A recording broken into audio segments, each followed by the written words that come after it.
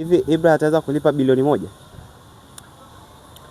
Imeniumiza sana sana. Moja kati ya taarifa ambazo nimezipokea kwa masikitiko na nilivyozipokea mpaka nililia ni hiyo ya Ibra. Unamlipisha mtu kama unauza lebo? Hata lebo yenyewe sidhani kama kuna mtu anaweza kainunua Konde Gang kwa bilioni 1. Tanzania natakiwa ifike kipindi unavyomuandikia mtu kwamba alipe kiasi fulani, uangalie na wewe pia umemfikisha sehemu gani. Sio tu kwa kuwa mkataba unasema hivyo. Angalia yeye level aliyokuwa amefikisha na Diamond Platinum. Alikuwa amefikia level ambayo hata ukiambia ulipe bilioni 1 na unalipa, kwa sababu alifikishwa level nzuri. Yeye Ibra, tuwe wa kweli waandishi.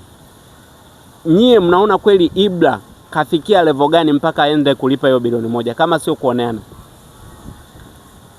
Ibra hiyo bilioni 1 uwezo huo hana, na ndio maana mnaona hata yeye mwenyewe ameomba kwa Watanzania waweze kumchangia ili aweze kufanyaje kuilipa hiyo hela, lakini kwa level ya Ibra ile hela hana, na hakuna level aliyofikia kwamba alipe hiyo bilioni 1. Ni uonezi tu. Walisemaga kwamba Diamond Platinum anawaonea wasanii, lakini kwa upande wa Diamond mimi naona hawaonei, kwa sababu mpaka wanatoka kwenye lebo, mpaka wanataka kutoka, wao wenyewe wamefika level nzuri sana. Lakini kitu kingine nilisemaga mara ya kwanza, nikamwambia Ibra apunguze kamdomo.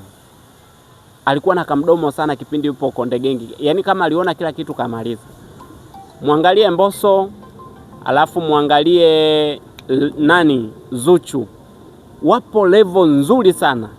Ushawahi kuona wanajibishana na watu wa kwenye level zingine kwamba nyie hamna issue sijui nini?